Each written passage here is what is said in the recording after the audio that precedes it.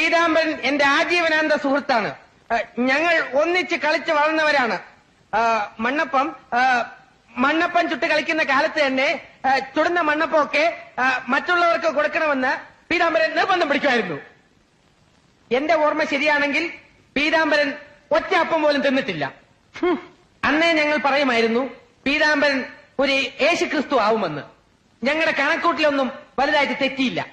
ഈ പീതാംബരനിൽ ഈ നിയോജക മണ്ഡലത്തിൽ നിന്നും പീതാംബരൻ ജയിച്ചാൽ ചെയ്യാൻ പോകുന്ന കാര്യങ്ങളെക്കുറിച്ച് ഞാൻ നിങ്ങളോട് പറഞ്ഞ് ഇപ്പോഴേ കൊതിപ്പിക്കുന്നില്ല. ഒന്നും ചെയ്യാൻ 1000 കാര്യങ്ങൾ ചെയ്യാൻ കഴിവുള്ള ചെറുപ്പക്കാരനാണ് പീതാംബരൻ. മാത്രമല്ല ഈ നാട്ടിന്റെ